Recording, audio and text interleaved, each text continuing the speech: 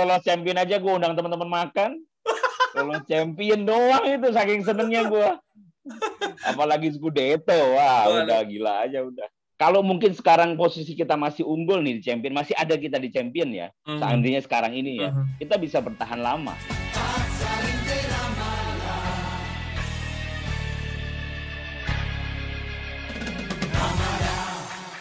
Teman, kalian sedang menyaksikan Cerewetin Inter, video yang gue buat untuk ngebahas klub favorit gue, Inter.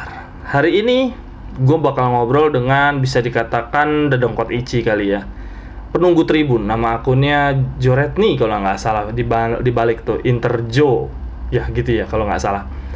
Dia ini menurut gue adalah salah satu atau mungkin dua besar akun personal di Twitter Indonesia yang paling banyak engagementnya. Gimana ngomong? Interisti dengan akun personal yang punya engagement paling tinggi di Indonesia. Kalau yang akun-akun berita komunitas kan jelas ya. Kalau menurut gue dia sih yang paling tinggi. Selain ada Om Budi Winderkin kali ya. Gue bakal ngobrol juga sama dia. Udah jadwalnya. Untuk teman-teman lain yang punya keinginan ngobrol, gue di kolom komen sih ada banyak banget nih. Ada dari Kalimantan, dari Sorong, dari Pontianak, ada yang udah kirim email juga, namanya Mas Aris. Gue bingung nih gimana nih cara menghubunginya satu persatu. Ntar gue taruh deh di kolom deskripsi Google Doc ya, Google Form. Silahkan isi. Nanti kita zoom rame-rame ngebahas pertandingan Inter Bolonya. Setuju ya teman-teman? Bagi Brother of the Words, teman-teman penggemar Inter yang pingin bareng-bareng ngobrolin ngulas pertandingan Inter Bolonya, ntar nih kita akan ada lawan Inter lawan Bolonya. Silahkan isi Google Form-nya, ntar gue buat ada nama dan nomor telepon. Nanti gue kirim link Zoom-nya, kita Zoom rame-rame. Oke deh, sekarang kita langsung ngobrol aja sama Om Jo. Selamat malam Om Jo. Yuk, selamat malam Mas Gita. Sehat-sehat. Ya, sehat. Terima kasih Om Jo, sehat ya. Sehat. Berterima kasih nih. Gue melihat salah satu Brother of the World di Twitter Indonesia yang paling banyak engagement-nya gue lihat Om Jo nih. Makanya ini sih sebuah kehormatan buat gue nih bisa tutup bareng nih. Thank you. Senang juga nih diundang ke sini. Seru lah ngomongin Inter kan nggak ada habisnya juga toh. Betul. Yang gue jadi pertanyaan adalah video berikutnya juga oke lah, keren-keren tuh, Bung Rayana juga kan, Binder. Iya. Ini gue lagi coba pendekatan ke beberapa orang yang kenal lain, cuma gue nggak ngerti hubunginnya gimana. Hoki-hoki. Santai aja. Konsisten aja, ntar juga pada datang sendiri. Yang jadi pertanyaan gue adalah, gue dulu ikut Ichi pertama kali itu kan dari teman-teman di Bekasi ya. Terus ketika gue datang, lu adalah salah satu sosok yang beda kastanya nih, kumpul nih, kelihatan nih orang-orang lama semua. Yang gue jadi penasaran, dulu itu belum sehebat sekarang ya internet ya. Walaupun kita belum. Dulu pakai apa namanya tuh? Ya makanya itu yang gue jadi pertanyaan. Gimana bisa kumpul gitu? Gimana sih dulu tuh? Oh, itu awalnya itu Ichi buka pendaftaran. Gue ingat pertama kali dia buka pendaftaran, terus kemudian gue daftar. Nah, ternyata pengurus yang pertama gue temuin tuh Bobo. Betul, waktu dulu gue masuk pertama kali itu Bobo tuh. Ya, Bobo. Dari situ janjian ini futsal. Janjian futsal, terus kemudian paling sering ya ketemu di futsal, kemudian bikin nobar. Ya, terus nobar dulu juga nggak sebanyak sekarang. Dulu nobar cuma berapa orang, kita dikit banget dulu, cuma 5. Lu bisa ketemu Ichi, ketemu Ichi itu di mana maksudnya? Ketemu ada pendaftaran. Gua inget dia buka pendaftaran di mana ya, gue lupa gue tuh. Ada gitu dia bikin tulisan pendaftaran Interclub Indonesia gitu. Karena waktu gua masuk Jakarta tuh yang pengen gua ikutin tuh klubnya Inter gitu, fans klubnya Inter. Gua malas ikut klub motor, klub mobil, malas lah. Gua pengen ketemu sama orang-orang yang suka Inter. Kebetulan ada yang buka pendaftaran pada saat itu gitu. Ada yang buka pendaftaran. Gua lupa di mana ya. Terus gua hubungin, terus dikasih kartu gitu, member gitu. Nah itu yang ngurusin si Bobo tuh, gue inget banget tuh yang ngurusin si Bobo. Nah, waktu itu gue tuh pertama kali datang itu ada pizza di Pancoran, samping Pancoran persis, gue lupa. Nah itu udah jauh sebelum itu ya? Sebelum itu, inget gue tuh 2005, 2006 deh gue tuh. Banyak yang lebih tua dari gue lah, banyak yang lebih senior, kayak Kang Sandi itu termasuk senior tuh. Jo Bobo termasuk senior, Om Dipa itu termasuk senior-senior lah mereka. Arden tuh termasuk senior loh itu. Oh gitu? Oh iya, Arden tuh orang lama itu. Soalnya waktu gue dulu datang, Aktifnya agak-agak terakhir-terakhir baru aktif. Dulu fotonya ada mulu dia tuh, anak-anak zaman dulu di Arden tuh sering muncul ya. Itu dia waktu gue datang dulu yang di Pancoran itu, gue ingat Arden tuh masih baru, kenalan gue samping gue persis, makanya gue pikir, wih gila ini. Si Makanya jadi waktu gue gabung Inter tuh kayak Ichi itu kayak gue udah ngerasa paling Inter banget gitu ya. Tapi begitu masuk ternyata yang lebih Inter banyak banget ya. Salah satunya Arden itulah, kan jersinya paling banyak dulu tuh Arden. Iya, bahkan gue pernah ketemu di Senayan City, Arden itu udah kumpul sama orang-orang yang punya jersey asli, lo bayangin ada komunitas kayak gitu. Iya. Di food court atas ya gitu. Betul, gila banget. Itu termasuk yang paling gila juga lah sampai sekarang lah itu. Itu Nah, gitu, terus nyambung ya, besok ngambung, nobar, nambah. Pokok gue tuh kebetulan aja, sebenarnya kebetulan pas cocok aja juga sama teman-temannya, cocok ngobrol, sering ketemu, ngopi gitu. Kalau sore kita ngopi sama anak lama, ngopi, terus akhirnya sampai gue ngikutin itu sampai kita bikin ADART, kemudian nentuin ulang tahunnya Ichi kapan. Itu terus jauh sebelum official oleh Inter. Betul, jauh sebelum official. Nah, kalau masalah official gue singkatin aja ya. Jadi official itu gue masih ingat, kan dulu ada koran namanya Top Score ya. Betul, Pak Antong. Nah, di halaman terakhir tuh ada gambarnya Pak Antong sama Morati. Kaget kan, gue langganan Top Score. Kaget gue, Sabtu gue masih ingat banget Sabtu. Terus gue langsung nelpon Bobo, kita harus ketemu sama orang ini nih, gue bilang gitu. Siapa? Entong Rusanto namanya, kita harus ketemu nih sama orang ini. Kenapa? Dia ketemu sama Morati, gila loh. Kita aja pengen official dari dulu nggak bisa-bisa, kita harus ketemu sama dia nih. Nggak berapa lama, hari Minggu Bobo ngubungin gue. Yuk, ada orang Top Score ngubungin gue nih, mau ngajak ketemu. Yang bener loh, iya hari apa? Senin langsung ketemu, gila loh. Senin apa Selasa gitu ketemu. Kita ketemu di Plaza Senayan. Yaitu gua, yang inget siapa ya? Gua, Bobo, Eki, sama Krome. Ingat gua tuh ketemu ada Bung Ropan juga tuh, waktu itu masih inget lah, ada Bung Ropan, Bung UK Yusuf itu ada juga tuh, inget gua tuh. Bung Kurniawan ada, inget gua. Ya udah ketemu di situ sama Pak Antong. Dia cerita bahwa dia habis ketemu Morati gini, terus training dia apa gitu. Ya udahlah, terus akhirnya ya sejarah yang kemudian ngalir aja, terus tiba-tiba kita bisa jadi official, Pak Antong jadi ketua umum, dan kemudian Inter bisa datang. Gitu sih paling keren sih itu sebenarnya sih. Gak nyangka juga bisa secepat itu. Yang gue paling inget banget, gue lupa persinggungan dengan Om Jo tuh apa sampai bisa temenan Facebook dan Twitter. Cuman yang gue paling inget kayaknya gue ngefollow lo tuh karena gue sebel pernyataan lo Inter menang lawan Barca karena didukung oleh alam. Gue inget banget itu di apa ya? Atau apa ya? Gunung meletus lah. Loh iya, tapi benar. Menurut gue itu benar. Dalam hati gue, keberuntungan itu penting loh. Loh iya, itu kalau gunung nggak meletus, kita mungkin nggak akan menang 3-1. Gak lelah ya pemain Barca. Lelah. Begitu bayangin, begitu Inter away ke Nou Camp, gunungnya nggak meletus, Bren. Kita bisa naik pesawat. Iya kan? Itu apa ya? Acara apa itu di Ritz apa ya? Apa sih namanya itu? Aduh, makanya wah, siapa nih orang yang gue cari-cari. Cuman ya pengalaman nobar paling ngeselin tuh di rumahnya siapa sih? Anak Ici tuh di tempat yang pakai big screen. Eki. Itu ada pakai big screen. Gua pikir itu dulu di Italia akhirnya nggak ada yang nyarin. Wah, semua shock. Satu-satunya cara, karena di rumah dulu belum sehebat sekarang kan internet, satu-satunya cara nobar harus lewat Icing. Lewat mana lagi nih? Nonton. Lu pernah di situ lo berarti? Apa? Pernah lo di tempatnya Eki? Lumayan, gue sering Om Jo nonton kayak gitu. Iya, gue sering banget. Cuma emang gue di belakang-belakang aja. Di situ nonton Inter lawan Milan. Pertama kali derbynya Mourinho dan kalah oleh golnya Ronaldinho. Oh ya Di yang sundulan itu. Terus pertama kali gue nonton streaming rame-rame dan rasanya menyebalkan banget. Itu belum gol. Itu udah ada orang yang lihat live score. Ya, oh iya, tapi beda. Besok gue gak mau nonton lagi bareng Ici. Apa serunya? Saya nge-lag dia.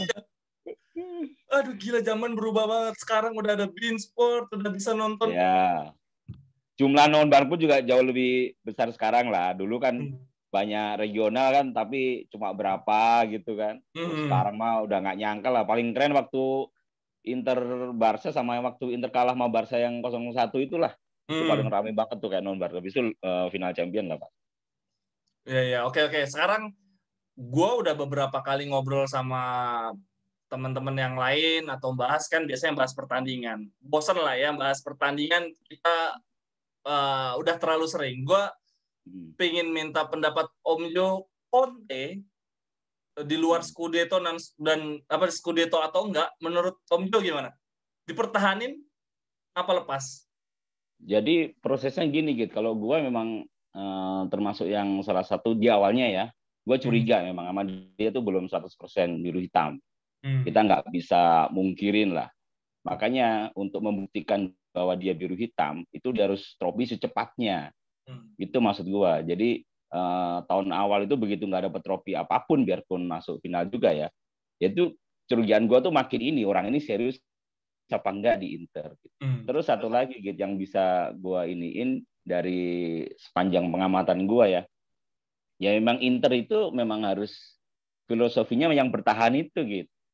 Jadi dari zaman Herrera, Trapattoni, sama Mourinho itu sukses di Italia dan sukses di Eropa itu kalau ada unsur catenaccio-nya gitu loh. Ada unsur bertahannya yang kuat gitu loh. Termasuk misalnya kayak Luigi Simoni. Dia sukses di Eropa kan pernah juara UEFA sama Inter, tapi kan nggak sukses di dalam negeri.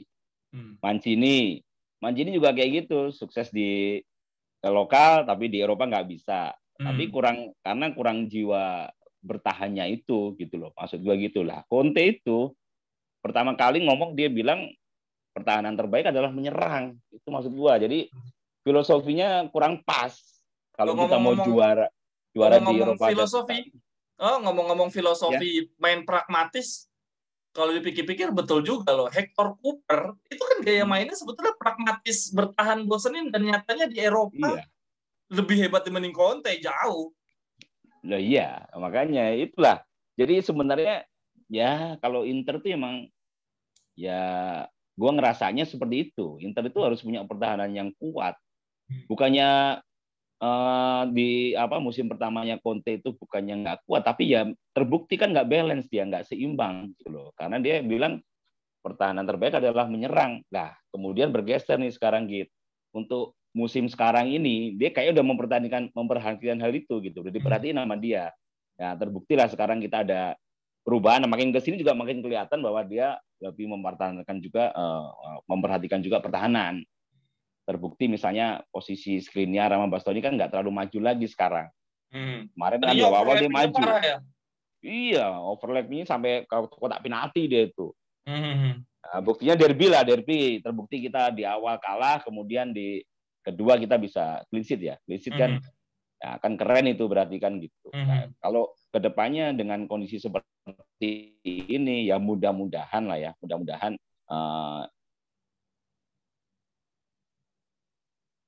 keberuntungan Inter, Conte bermain sesuai dengan filosofinya Inter yang selama ini bikin Inter sukses. Itu sih.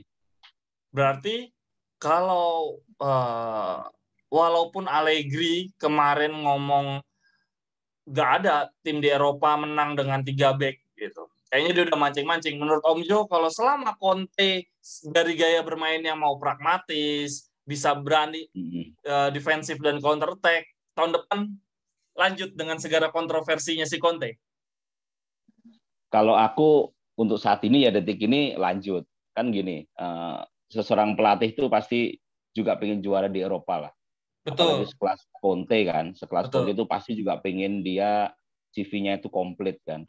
Ya jadi kalau dikasih kesempatan sekali lagi dengan kondisi yang menurut gue ya selama ini udah membaik gitu loh, membaik, dan gue juga karena perhatian dia ke pertahanan juga makin oke, jadi ya gue dukungnya di situ.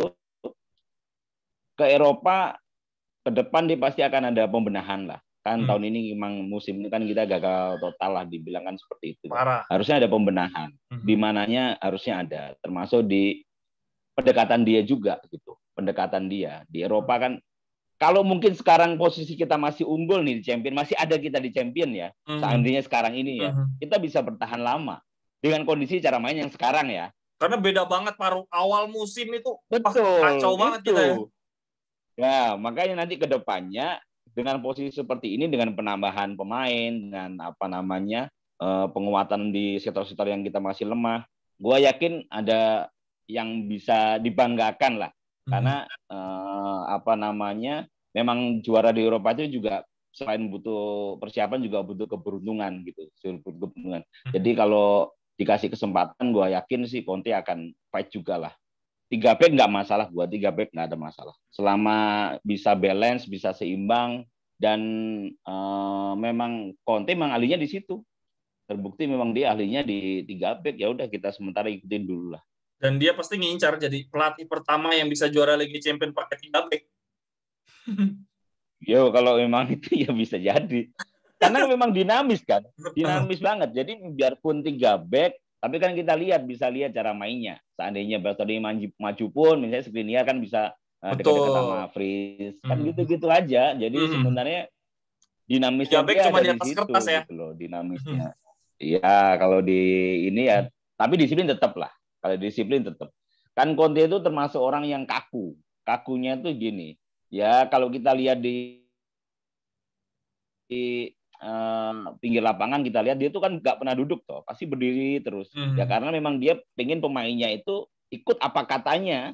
Kalau orang bilang set play ya, set playnya dia tuh pengen orang itu, dia dirijennya tuh gua nih dirijen gitu. Beda kalau ada pelatih juga yang ngasih petunjuk pada saat sebelum permainan, waktu jeda, benar dia duduk, kan ada juga kayak gitu kan. Iya, Ancelotti, kan Ferguson, dia maunya gitu. Semua tuh ngikut kata dia gitu. Iya, makanya itu dia pengennya ngatur, suara dia bisa habis kan, teriak-teriak terus di pinggir lapangan gitu.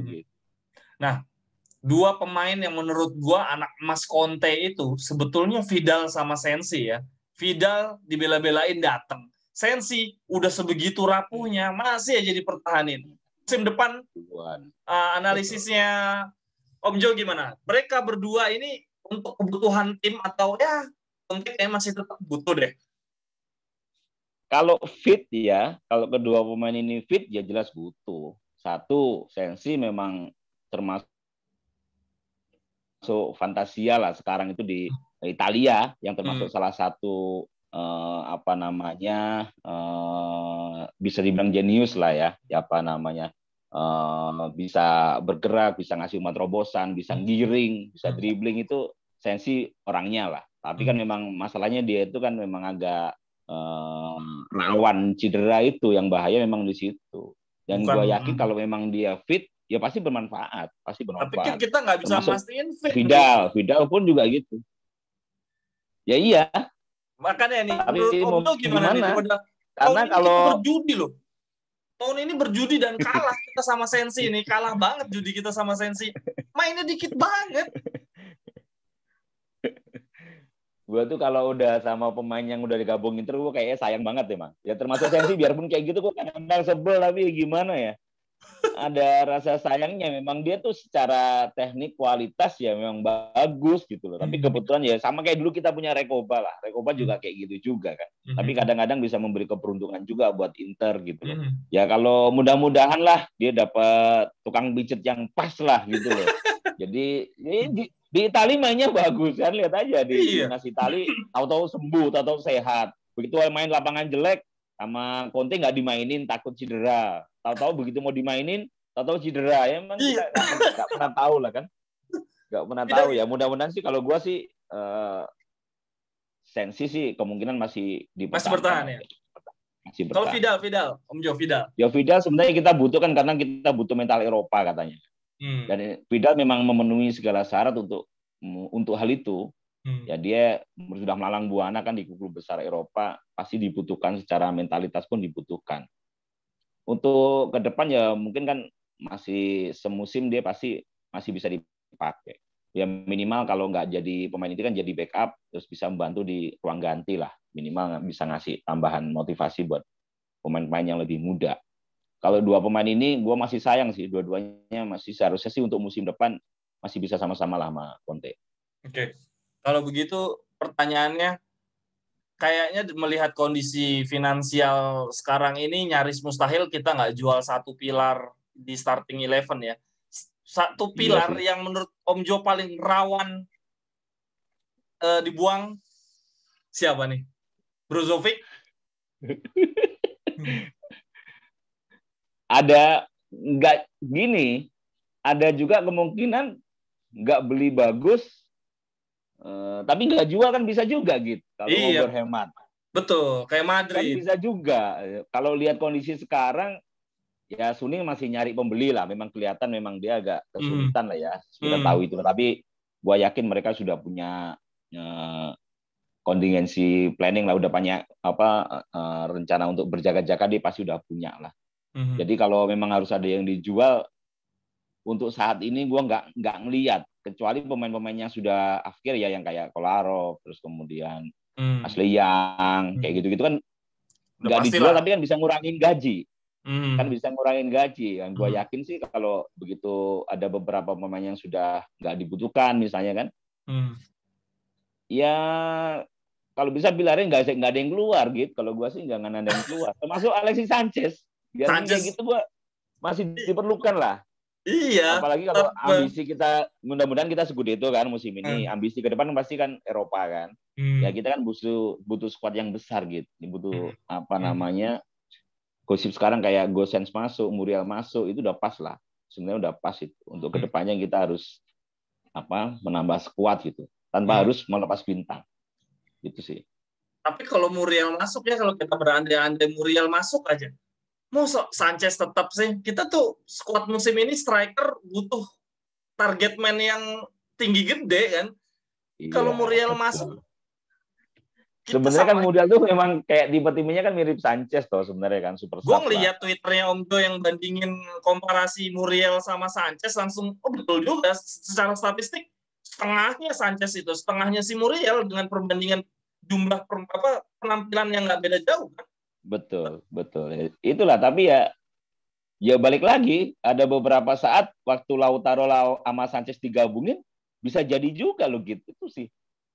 Jadi Lautaro pun juga bisa jadi target man gitu loh. Sebenarnya bisa juga. Tapi kalau misalnya nyari vice-nya Lukaku, mungkin akan lebih sulit. Nyari vice-nya Lukaku ya. Kalau kita berpikiran, kita nyari vice-nya Lukaku nih. Nah, begitu Lukaku cedera, gue yakin vice-nya itu pasti agak jauh. Kalau kita mau nyari yang tipe karakter persis ya, ragi kayak strong kayak si Lukaku itu pasti nggak akan dapet. Iya. Gitu, kalaupun tinggi kayak Zeko yang kurang strong, kurang gesit gitu ya. Udah kita lihat Zeko musim ini aja, ya kita merasa beruntung lah itu pertukaran kemarin nggak jadi, merasa beruntung aja. Oke deh, Om Jo, banyak teman-teman Brothers of the World yang komen jangan lama-lama. Ini habis nih, padahal gue pengen nonton sampai habis. Jadi kita yang penting kan bisa ngobrol sama anak-anak Inter banyak. Jadi kita menyesuaikan aja, Om Jo, nggak apa-apa ya, nggak bisa lama-lama ya. Soalnya Om Jo ini ada di Makassar, teman-teman. Jauh, beda 1 jam dengan Jakarta. Udah di sana udah lebih malam. Betul. Oke deh. Aman gitu, nggak apa-apa, seru. Ntar kapan-kapan, ya kalau ada Scudetto, ada rencana main Jakarta, bikin acara nggak? Oh jelas lah, jelas. Kalau Scudetto mah udah planning banyak gua. Kalau Scudetto mah bayangin aja udah puasa lama kita gitu, gila lu. Kemarin aja gua lolos champion aja gua undang teman-teman makan. Lolos champion doang itu saking senengnya gua. Apalagi Scudetto, wah udah gila aja udah. Oke deh, makasih banyak Om Jo, sehat selalu. Thank you. Ya. Kita ya, Forza Inter yang penting sehat-sehat semua lah. Ya, amin. Thank you. Teman-teman, aduh singkat banget ya, masih kurang sebetulnya, tapi dalam rangka harus menghargai teman-teman Inter yang lain, biar kuotanya cukup, kita ngobrol sedikit-sedikit aja, yang penting dapat lah ya. Soalnya ngobrolin Inter kalau kata Om Jo nggak akan ada habisnya.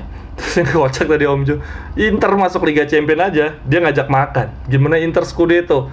Untuk teman-teman di sini, kalau Inter Scudetto, kalau bisa main lah kita ke Jakarta, kita kumpul bareng, kita bikin konten bareng, kita ngerayain Inter bareng. Yang penting jaga jarak. Setuju ya?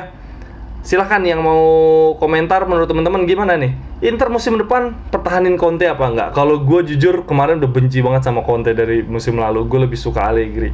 Tapi ya kembali ke preferensi masing-masing. Kalau Om Jo tetap Conte, tetap ada Vidal. Kalau gue Allegri tanpa Sensi, tanpa Vidal. Dua pemain ini udah nggak bisa. Ya Vidal masih bisa. Kalau Sensi gue udah habis kesabaran. Pemain ini kebanyakan cedera. Oke deh, sampai di sini dulu cerewetin Inter. Sampai ketemu di cerewetin Inter berikutnya, di ulasan lawan Bolonya ya teman-teman. Ayo dong isi Google Form, kita ngobrol bareng-bareng. Bye bye, thank you.